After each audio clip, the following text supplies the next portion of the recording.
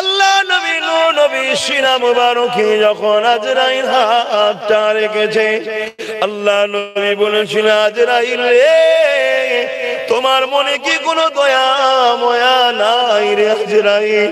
তুমি আমি রাসূলুল্লাহর বুকের উপরে পাহাড় কেন চাপিয়ে দিলে? হযরতে আজরাইল বলতে লাগলেন, ইয়া রাসূলুল্লাহ হাবিবাল্লাহ, তুমি মাফ করবে, আমি এত আশার সঙ্গে, এত আদবের সঙ্গে, এত ভক্তির সাথে কারো জানকে কখনো করিনি যেটা আপনার করতে চলেছি। আল্লাহ নবী যখন এই কথাটা শুনলো, যুবক শোনো গো, বোনেরা শোনো, আব্বা যান আম্মা যান শোনেন, সঙ্গে সঙ্গে নবী আমার চোখ ভরা পানি নিয়ে কাঁদে আর বলে, এ আজরাইল, কি কথা তুমি আমাকে শোনালে? এর থেকেও তাহলে কি কষ্ট হয়? জি ইয়া রাসূলুল্লাহ, সব থেকে আসান আপনার করতেছি। আল্লাহ নবী বলেছে, আজরাইল শোনো শোনো শোনো, আমি নবী পাক সিনাকে মজবুত করে ধরছি, আমার সমস্ত উম্মত উম্মতিদের জান কবজের কষ্টটা আমি রাসূলুল্লাহ আমার উপর দিয়ে উঠিয়ে না। আরো জোরে বলুন সুবহান।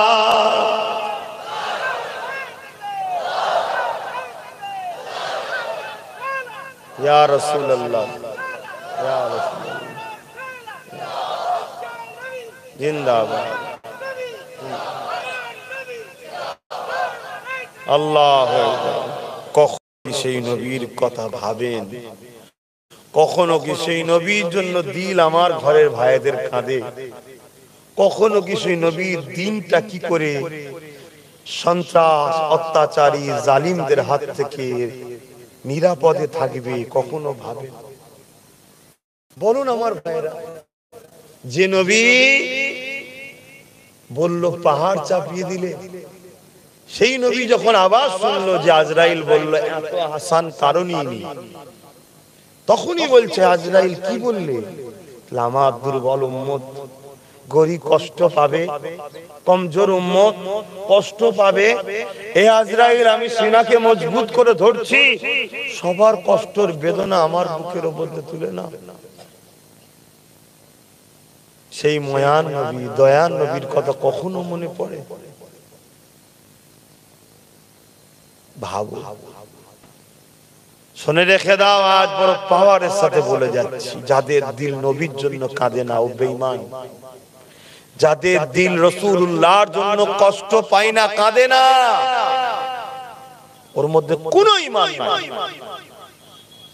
নামাজ কাজার মাপ আছে, রোজার কাজার মাপ আছে, দাড়ি চাচার মাপ আছে, সিনেমা দেখার মাপ আছে, গান শোনার মাপ আছে, কিন্তু রাসূলুল্লাহর দিল যে নবীর জন্য যদি না কেঁদে থাকে, ওর মাপ নাই।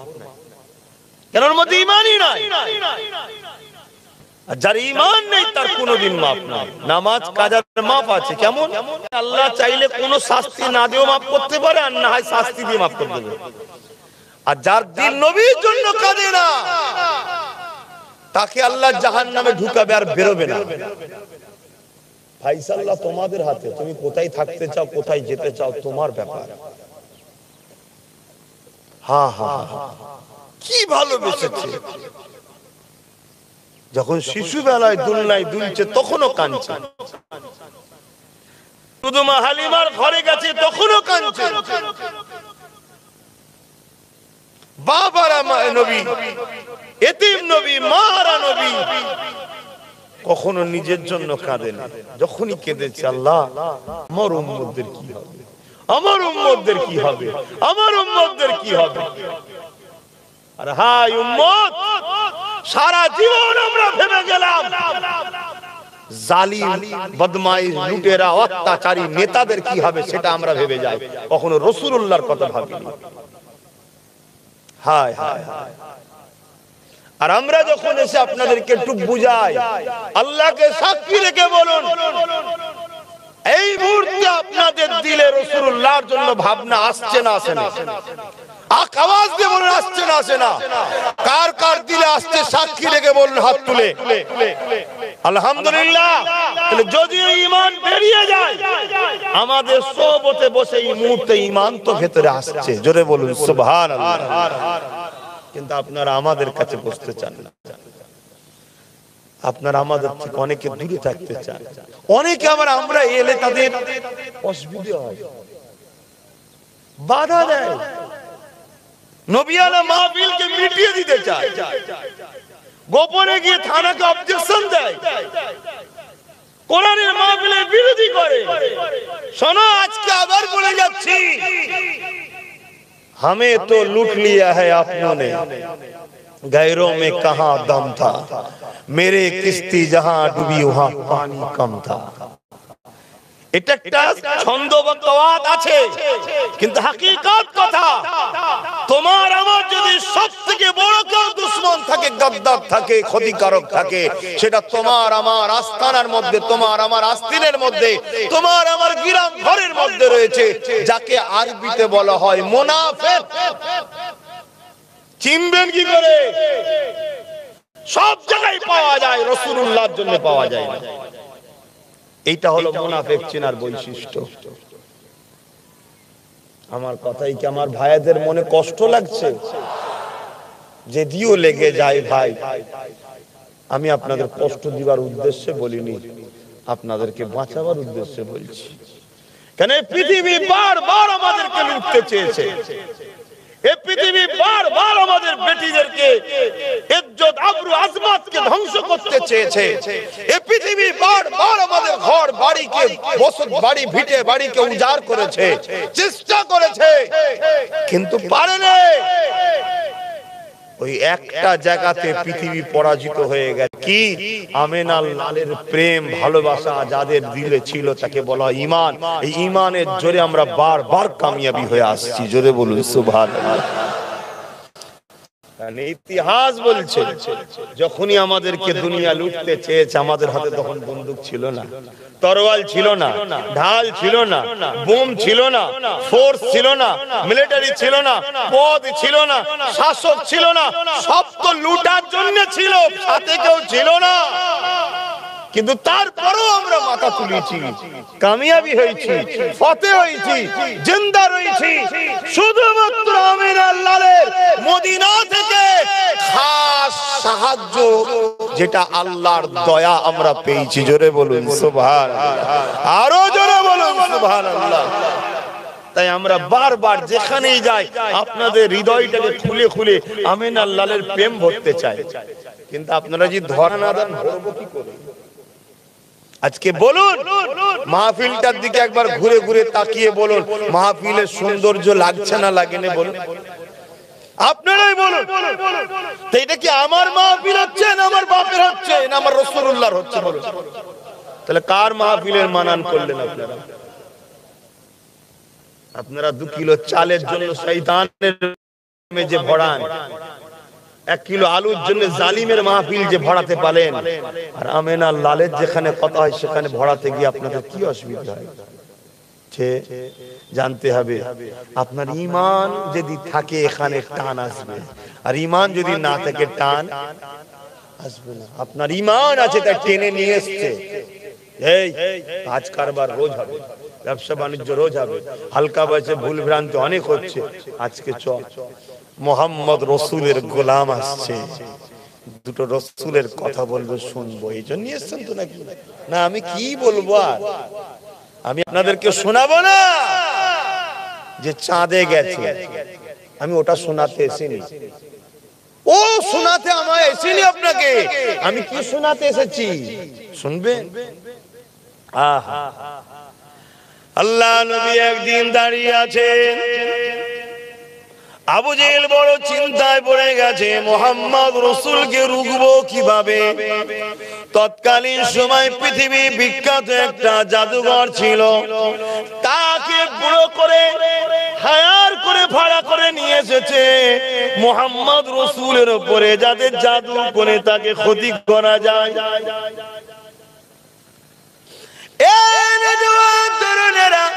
ওই জাদুঘর যখন মক্কা জমিনে এসেছে, এসে সে বলতে লেগেছে আমি ক্ষতি করার আগে একবার মুহাম্মদ রাসূলের সঙ্গে কথা বলতে চাই, মুহাম্মদ রাসূলের সঙ্গে আমি দেখা করতে যাই। আল্লাহ নবী এমন করে একটা জায়গায় দাঁড়িয়েছিলেন, ওইখানে একটা পাহাড়ও রয়েছে, পাহাড়ের ধারে নবী আমার ছিলেন। ওই মানুষটা এসে হাজির হলো, আবু জেহেল রয়েছে, আরো অনেকে রয়েছে, তারা সবাই মিলে আমার রাসূলুল্লাহর সঙ্গে কথা বলতে লেগেছে। আল্লাহ নবীকে বলতে লেগেছে আপনি কি শোনান? আল্লাহ নবী বলেন লা ইলাহা ইল্লাল্লাহ আনা মুহাম্মাদুর রাসূলুল্লাহ। আমি শোনাই একত্ববাদের কথা, আমি শোনাই শান্তির কথা, ন্যায়ের কথা, ইনসাফের কথা, মানবতার কথা, কল্যাণের কথা, গরিবের পক্ষে অধিকারের কথা আমি শোনাতে থাকি মানুষকে। ওই সময় সেই মানুষটা তার ধারণা ছিল, সে জানে এবং তার জ্ঞান তাকে শিখিয়েছে জাদু জমিনের উপরে চলে, আসমানে জাদু চলে না। কারণ আসমানের জগতে ফেরেশতা থাকে, শয়তান উঠতে পারে না, জাদু তো শয়তানের সারাই হয়। তাই সে বলতে লাগলো মুহাম্মদ তোমাকে তো মেনে নেব, কিন্তু তুমি যদি আসমানের উপরে কোনো ক্ষমতা দেখাতে পারো মেনে নেব। কেন আবু জেহেল বলেছে সে হলো জাদুঘর, তাই আমার নবী জাদুঘর কি প্রকৃত নবী দেখার জন্য সে বলছে। কেন জাদুঘর দুনিয়ায় জোর দেখাতে পারে, আসমানে তো দেখাতে পারবে না। আমার নবী আসমানের দিকে তাকালেন, চাঁদ উঠেছে, চৌদ্দবী চাঁদ, পুরো পূর্ণিমার চাঁদ, গোল চাঁদ রয়েছে। আল্লাহ নবী বলছেন কি দেখতে চাও, যা কিছু দেখাও। আল্লাহ নবী বলছেন এই যে চাঁদটা দেখছো, একে যদি বীজকান থেকে দুচির করে দিই তাহলে কি মেনে নেবে? তখন বললো এ কি কথা বলছো, হ্যাঁ দেখাও। আল্লাহ নবী ইশারা করলো, দুচির হলো। শুধু দুচির নয়, দুফালি পাহাড়ের দুই সাইডে গিয়ে দাঁড়িয়ে গেল। শুধু দাঁড়ালো নয়, কিছু সময়ের জন্য নয়, অর্ধেক রাত পর্যন্ত ওই চাঁদটা দুদিকে গিয়ে দাঁড়িয়েছিল। আরো জোরে বলুন সুবহান।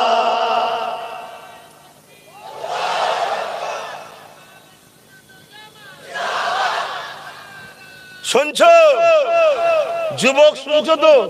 আমি তোমাকে কে চাঁদে গেছে শোনাতে এসিনি, আমি তোমাকে শোনাতে এসছি আমার নেতার জমিন থেকে চাঁদকে বলেছে দু টুকরো হয়ে গেছে, আমি সেটা শোনাতে এসছি। জোরে বলেন সুবহানাল্লাহ। তার পিছনে ছুটছো তোমরা, কোন নেশায় আছো? আসো আমিনার লালকে ভালোবাসি, আসো আমার নবীকে প্যার করি, আসো এই দিলটাতে মোহাম্মদ রাসূলকে জায়গা দিই। তিনি যেটা করেছে করব, তিনি যেটা নিষেধ করেছে ছেড়ে দেবো। পৃথিবীর সবথেকে পিছিয়ে পড়া মানুষকে পৃথিবীর শ্রেষ্ঠ বানিয়েছেন মোহাম্মদ রাসূল। জোরে বলুন সুবহানাল্লাহ। চলো তুমি আমি যদি শ্রেষ্ঠ হতে চাই, সেই লজিকটা, সেই রাস্তাটা, সেই ফর্মুলাটাকে অনুসরণ করো। শুনছেন তো নাকি আমার যুবক ভাইরা? এ বড় ধোঁকা ও নাটকের জায়গা দুনিয়া। তোমাকে এমন ধোঁকা, এমন নাটকে ফেলছে তুমি বুঝতেই পারছো না। তোমার তলে তলে তলে তলে সব জমিন সরে যাচ্ছে, তোমার হুঁশই নাই। কথা কিছু মাথায় ঢুকছে?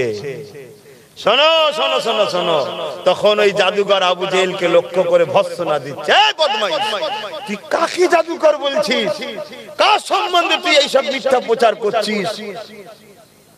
কথা মাথায় ঢুকছে? তবে শোনেন, আমি আপনাকে রাসূল বলে আপনাকে মেনে নেব, কিন্তু আমি আগে ঘরে যাব, ঘরে গিয়ে তারপরে আসবো। আল্লাহর নবী বলছেন শোনো, তুমি তো ঘরে যাবে, কিন্তু যাবার আগে আমার একটা কথা শুনে যাও। কি কথা? তোমার দিলে একটা বড় পেরেশান আছে। বলুন সুবহানাল্লাহ। আরো জোরে বলে আমার রাসূলকে আল্লাহ পাওয়ার দিয়েছে। মানুষের দিলে কি থাকে আল্লাহ জানে বেশক, কিন্তু আল্লাহ নবীকে জানার ক্ষমতা দিয়েছে। জোরে বলুন সুবহানাল্লাহ। আর আল্লাহকে কেউ ক্ষমতা দেয়নি। তাহলে নবী আর আল্লাহর সঙ্গে পার্থক্য হলো না? হলো না? লোক ঘাবড়ে যায়, দিলের কথা নবী জানে বললো কি করে, তো আল্লাহ জানে। আরে মূর্খ, আল্লাহকে কেউ জানায়নি, তিনি খোদ মালিক। আর আল্লাহ মুহাম্মদ মুহাম্মদ রাসূলকে জানতে দিয়েছে, আমাদেরকে জানতে দেয়নি। মুহাম্মদ রাসূলের সঙ্গে আমাদের পার্থক্য আল্লাহ করে দিয়েছে। জোরে বলুন সুবহানাল্লাহ। তো শোনো, তোমার দিলে একটা বড় পরেশান আছে। কি পরেশান? সে তো চমকে গেছে, পৃথিবীর বড় জাদুকর তৎকালীন সময়। কি পরেশান? তোমার একটা বেটি আছে, সে অপারক, বোঝেন না, প্যারালাইসিস জন্মগত ভাবে। তোমার মন বড় চাই তোমার মেয়েটা যদি সুস্থ হয় তুমি বড় খুশি হবে। বলছে হ্যাঁ ঠিকই, যাও ঘরে যাও। ঘরে চলে গেল। ঘরে গিয়ে যখন তৎকালীন সময় যেভাবে হোক, এখন বেল সিস্টেম আওয়াজ দিয়েছে, ওই অপারক বেটিটা হাঁটতে হাঁটতে দরজা খুলছে বাবাকে। জোরে বলুন সুবহানাল্লাহ। জিজ্ঞেস করছে, মা তোর এই হাল কেন? গত রাত্রি একজন আমার কাছে এসেছিলেন। শোনো, কার কথা তোমায় শোনাতে এসেছি? হ্যাঁ, কার কথা শোনাতে এসেছি? আর বসো কোথায় তোমরা? হ্যাঁ হ্যাঁ, মায়ের পেটে, মায়ের পেটে 9 মাস বা 10 মাস ছিলে খাওয়ালো যে আল্লাহ, দুনিয়ায় আসার আগে তোমার আমার মায়ের স্তনে খাবার পাঠিয়ে দিল যে আল্লাহ, তখন দুর্বল ছিল আল্লাহ খালো, এখন সবল হয়েছে, একটু ঘুরতেই বলেছে আল্লাহ রেজেক দেবো। আর এখন আল্লাহ ছেড়ে দিয়ে জালিমের পিছনে ঘুরছো, চোরের পিছনে ঘুরছো, মাতালের পিছনে ঘুরছো, খনির পিছনে ঘুরছো, গুন্ডার পিছনে ঘুরছো, রেপিস্টের পিছনে ঘুরছো, যারা তোমার দিনকে মিটাবার জন্য সমাজের যাত্রা মেলা গান দিয়ে তোমাদেরকে শেষ করছে, তাদের পিছনে ঘুরে বেড়াচ্ছ। তুমি আমার নবীর উম্মত, এ আমার ভাই, এ আমার বোন, ভুল আমায় বুঝে নিন। আসো, দুনিয়া বেশি দিনের নয়, কখন যে পুট করে শরীর থেকে চলে যাবে জানটা, কি মুখ দেখাবে আল্লাহর কাছে। আসো, আমিও তওবা করি, তুমিও তওবা করো। আল্লাহ আজ থেকেই আমাদেরকে পরিবর্তন যেন করে। যতদিন বাঁচবো এই আশা নিয়ে বাঁচবো, এই স্বপ্ন নিয়ে বাঁচবো, এই চাহাত নিয়ে বাঁচবো, এইভাবেই বাঁচবো যে আজ থেকে আমি মুহাম্মদ রাসূলকে, নিজেকে মুহাম্মদ রাসূলের কাছে নিজেকে দান করলাম। আমার হাসি, আমার কান্না, আমার চলা, আমার উঠা, আমার বসা সবটাই মুহাম্মদ রাসূলকে ফলো করে হবে, অন্য কাউকে নয়। জোরে বলুন সুবহানাল্লাহ। রাজি আছেন না নাই? আওয়াজ দিয়ে বলুন রাজি আছেন না নাই? হাত লম্বা করে তুলে বলুন মারহাবা। নারে দিলাম, হাত লম্বা করে রাখেন, নারে দিলাম। কুরআন ও সুন্নাহ, কুরআন ও সুন্নাহ, দ্বীন ইসলাম। এখান থেকে আওয়াজ দিন, লব্বাইক ইয়া রাসূলুল্লাহ, লব্বাইক ইয়া রাসূলুল্লাহ, লব্বাইক ইয়া রাসূলুল্লাহ। আল্লাহ এই হাতগুলো কবুল করেন, বলুন আল্লাহুম্মা আমিন। যদি আমার কওমের থেকে, আমার কওমের দাবি করে এখানে কোন মুসলিম দাবিদার যদি হাত না তোলে, আল্লাহ লানত তার উপরে বর্ষণ হোক। ওই রকম অপদার্থ মানুষ থাকার থেকে, আমাদের পরিবারের দাবি করার থেকে আল্লাহ লানত হয়ে ধ্বংস হয়ে যাওয়া ভালো, বলুন আমিন। কারণ একটা ক্যান্সার সমাজে আরো ক্যান্সার তৈরি করে দেবে। কি গো, কথা খারাপ লাগছে না? তুই সেজিছিস কেন আমাদের? তুই বেরিয়ে যা। কি গো, আমার কথা ভালো লাগছে না? আমি একটু ভাই রাসূলুল্লাহর জন্য বলছি তো। হ্যাঁ, আজ রাসূলকে ফলো করবে না, নবীর কদমে জিন্দেগি দেবে না, ওরে শয়তান তুই কার কাছে দিবি? তুই কার কাছে দিবি রে শয়তান? তোর মতো শয়তান আমার কওমের দাবি করলে আমার কওম আগামী দিন মিডিয়াতে বদলাম হবে। কি বদলাম হচ্ছে না? হয় না? মিডিয়া দেখছেন না, দেখেন কোন বদমাইশ সাম্রাজ্য তৈরি করবে, কোন বদমাইশ কি ভুল ভ্রান্তি করবে, কোন বদমাইশ কাকে লুটবে আর করবে, লাস্টে বদমাইশ ধরা পড়বে আর পুরো কওমের বিরুদ্ধে একদল গদি মিডিয়া, একদল দাজ্জাল মিডিয়া ভুল ভাল প্রচার করবে না, করবে না? নিরীহ নিরীহ মুসলিম কওমের ছেলেদের উপরে জুলুম করবে না, করবে না? অতএব বাপ, মুস্তাফার গোলামরা কখনো জালিম হতে পারে না, মুস্তাফার গোলামরা কখনো গরিবকে লুটতে পারে না, মুস্তাফার গোলামরা কখনো সুদখোর হতে পারে না, মুস্তাফার গোলামরা কখনো দেশের সঙ্গে গাদ্দারি করতে পারে না, মুস্তাফার গোলামরা কখনো গাদ্দার লিডারের পিছনে ঘুরতেও পারে না। কথা বুঝে আসছে না? নাই কেন? মুস্তাফার গোলাম দেশকে ভালোবাসা শিখিয়েছে। জোরে বলুন সুবহানাল্লাহ। আহা, আমার কথাই কি আপনাদের অসুবিধা হচ্ছে? তাহলে আমার নবী কি বললেন, যাও। ঘরে গিয়ে দেখছে কি বেটিটা হেঁটে হেঁটে দরজা খুলছে। আল্লাহ নবী ওকে বেটা জিজ্ঞেস করছে তার বাবা, কি ব্যাপার, কি হয়েছে? না, গতকাল রাতে একজন মানুষ এসেছিলেন, কি সুন্দর চেহারা, নূরওয়ালা চেহারা, বড় বড় জুলফি আছে, আমার রাসূল চুল রাখতেন। কথা বুঝছেন? সে আমাকে এসে বলল, ওঠো মা। আমি বললাম, আমি তো উঠতে পারি না পায়। আরে ওঠো আর বলো বিসমিল্লাহির রহমানির রহিম বলে ওঠো। যেই আমি বিসমিল্লাহির রহমানির রহিম বললাম, আমি উঠতেও পারলাম, হাঁটতেও পারলাম। আমি জিজ্ঞেস করলাম, তুমি কে? আপনি কে? তোমার বাবা আমাকে চেনে। জোরে বলুন সুবহানাল্লাহ। আর দেরি করলো না, ওইখান থেকেই ঘরে ঢুকলো না, আসছি মা। ফিরে আসলো, রাসূলুল্লাহর কদমে পড়লো, হাত ধরলো, লা ইলাহা ইল্লাল্লাহ মুহাম্মাদুর রাসূলুল্লাহ, সাহাবী হয়ে দুনিয়া থেকে গেলেন। জোরে বলুন সুবহানাল্লাহ। নবী ধরো।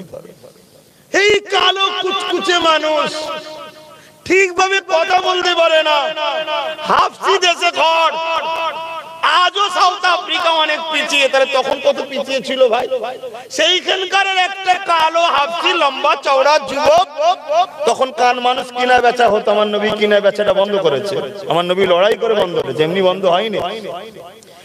তাকে ওখান থেকে বিক্রি করে দিলে একদল জালিমরা। কত দুনিয়ার বাজারে বিক্রি হয়েছে, হতে হতে হতে হতে একদিন মক্কার বাজারে তোলা হলো কালো মানুষটাকে। নাম তার কি? বাহ বাহ বাহ, সবাই বলেন কি? মাশাআল্লাহ মাশাআল্লাহ। আল্লাহ আপনাদের উপর দয়া করুক। হযরতে বেলাল রাদিয়াল্লাহু তাআলা আন, একটু এইভাবে বলবেন এর পরের বার থেকে, ঠিক আছে? হযরতে বেলাল রাদিয়াল্লাহু তাআলা আন কেন ছিল কালো মানুষ ঠিকই, ছিল একজন সাধারণ ঠিকই, কিন্তু নবী পাকের হাত যখন ধরেছে হিরে সোনার থেকেও দামি হয়ে গেছে। জোরে বলুন সুবহানাল্লাহ। তো ভাইরা আমার, বিক্রি হয়ে মক্কার বাজারে এলো। মক্কার বাজারে যখন এসেছে, উমাইয়া বলে একজন শাসক ছিল। উমাইয়া সে ছিল, সে গোলামকে খরিদ করে কাজ কাম করাতো, জুলুম করাতো, অত্যাচার করাতো। এই উমাইয়া বেলাল, হযরতে বেলাল রাদিয়াল্লাহু তাআলা আন হুজুরকে খরিদ করলেন। তখন কিন্তু শুধু বেলাল ছিল, তখন শুধু বেলাল ছিল। খরিদ করলো, খরিদ করে ঘরে নিয়ে এসে তার উপরে অমানবিক অত্যাচার করতো, জুলুম করতো, খাটাতো, মারতো। যেমন চাষি দেখবেন বা কিছু লোক দেখবেন জুলুম বড় করে, অবালা পশুগুলোকে নাগল দিয়াই মাঠে, আর অবালা পশুগুলোকে কি মারা মারে। বা গরু যখন রাস্তা দিয়ে নিয়ে যায় পশুদের ঘরে, কি লাঠির বাড়ি মারে। এ মানুষ সুরাতে পশু ছাড়া অন্য কিছু নাই। আরে পশু তো এদিক ওদিক করবে, তা তুই একটা মানুষ হয়ে একটা পশুকে এইভাবে জুলুম করিস কেন? কথা শুনছেন? এই শিক্ষাটাও কিন্তু আমার নবী। সুবহানাল্লাহ। যে নবী একটা অবলা পশুকে প্রেম করা শিখায়, সেই নবীর উম্মত কখনো মানুষের উপরে জুলুম করতে। আমার নবীর কাছে একদিন খবর এলো, হুজুর একটা মেয়ে মারা গেছে। সে মেয়েটা বড় তাহাজ্জুদ পড়তো, ফজর পড়তো, পাঁচ ওয়াক্ত নামাজ পড়তো, কোরআন পড়তো, দান করতো, বিরাট নাম। একজন বলল, হুজুর ওই মেয়েটার আরেকটা রিপোর্ট আছে। কি? বিড়াল, একটা বিড়ালকে একদিন ঘরের মধ্যে বন্দি করে না খেতে দিয়ে দদগে দদগে মেরেছে। আল্লাহ নবী বলেন ওই মেয়েটা জাহান্নামী। যে ইসলাম তোমার তাহাজ্জুদকে, তোমার ফরজ নামাজকে, তোমার রোজাকে, তোমার দানকে, তোমার কোরআন তেলাওয়াতকে পড়ার পরও জাহান্নামে যাবে, একটা অবালা পশুকে যদি ঘরে বন্দি করে শুকিয়ে শুকিয়ে মারো, তার জন্য জাহান্নাম বলে।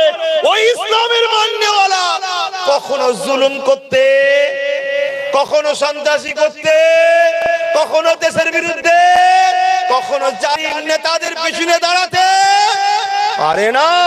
শোনো বন্ধু, জালিম যদি ফোর্স দিয়ে মনে করো জোর করে করলবো, ওরে তোর ফোর্স মরে জাহান্নামে চলে যাবে। তারপরও মোস্তফার গোলামকে মিটাতে পারিস নি, আর পারবি না। এই কথা বুঝছেন না? বোঝেন নাই? হ্যাঁ, ইতিহাস বলে যাচ্ছি। হ্যাঁ শোনো, এক আব্বাস সিদ্দিকী বড় কথা নয়, এক কারবালায় এক হোসাইন শহীদ হয়েছে। পৃথিবীতে লক্ষ লক্ষ হোসাইনি হোসাইন তৈরি করে দিয়ে গেছে। জোরে বলুন সুবহানাল্লাহ, আরো জোরে বলে। তাহলে অত সহজ নয়। ব্রিটিশরাও চেয়েছিল উলামা খতম করে দেবো। কি চেয়েছিল?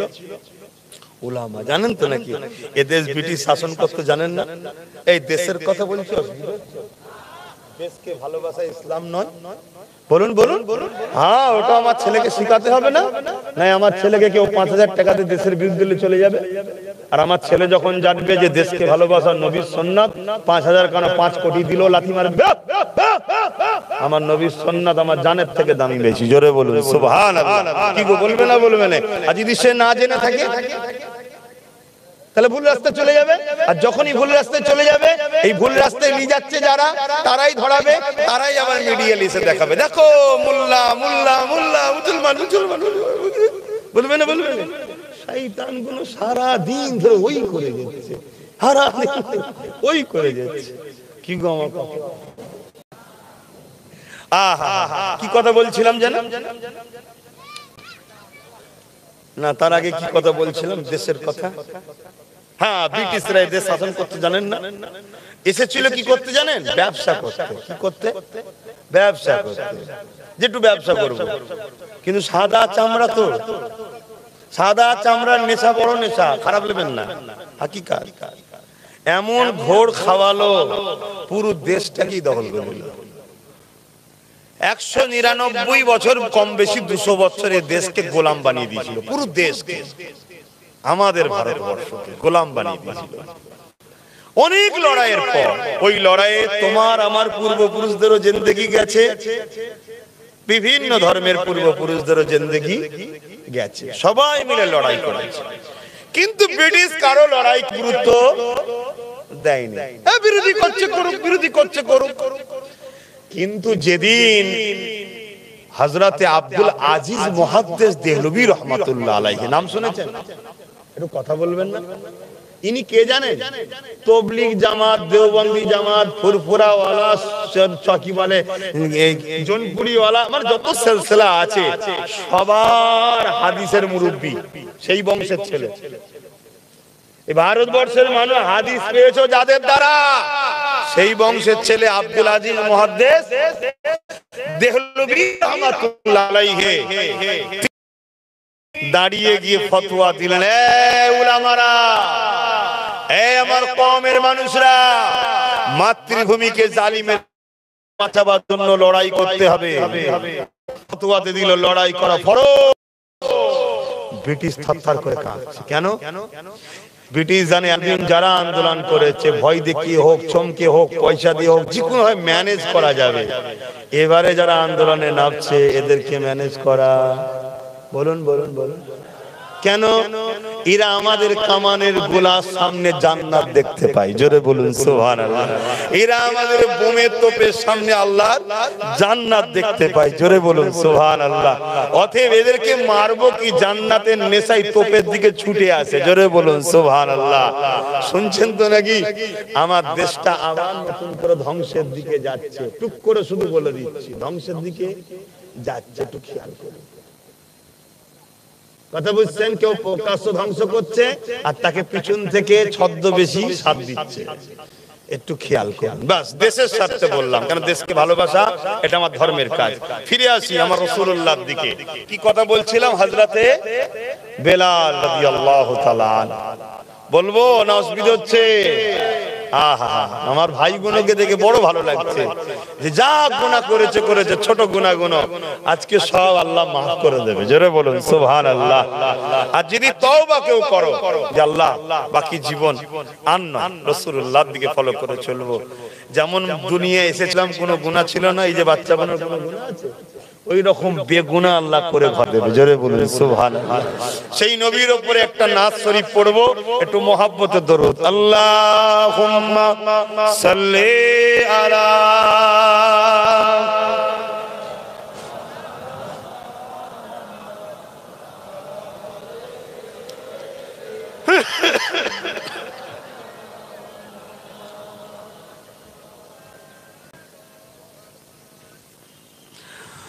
आने वालों ये तो बताओ शहर मदीना कैसा है। आने वालों ये तो बताओ शहर मदीना कैसा है। देख के जिसको जी नहीं भरता, देख के जिसको जी नहीं भरता, ओ मदीना ऐसा है। आने वालों ये तो बताओ शहर मदीना कैसा है। কি করে বলবো মদিনা কেমন, যাকে দেখে জান ভরে না, এত সুন্দর সেই মদিনা এমন। জোরে বলুন সুবহানাল্লাহ। আমি প্রত্যেকটা যুবকের কাছে আশা রাখবো, প্রত্যেকে আল্লাহর কাছে দোয়া চাও। আমার সাথে বলো, আল্লাহর কাছে দোয়া চাও, আল্লাহ আমার যদি এবছরে গত বছরে যা ইনকাম দিয়েছিল তার থেকে যদি 1 লাখ টাকা আল্লাহ বেশি দাও, আমি নিয়ত রাখলাম তোমার নবীর মদিনা ও মক্কায় যাব। জোরে বলুন সুবহানাল্লাহ। কি গো, যাবে না যুবকরা? এই জন বয়সে যাও, জন বয়সে যাও। আহা, তবে তো বুঝবে কি জায়গায় গেছো। आने वालों ये तो बताओ शहर मदीना कैसा है। आने वालों ये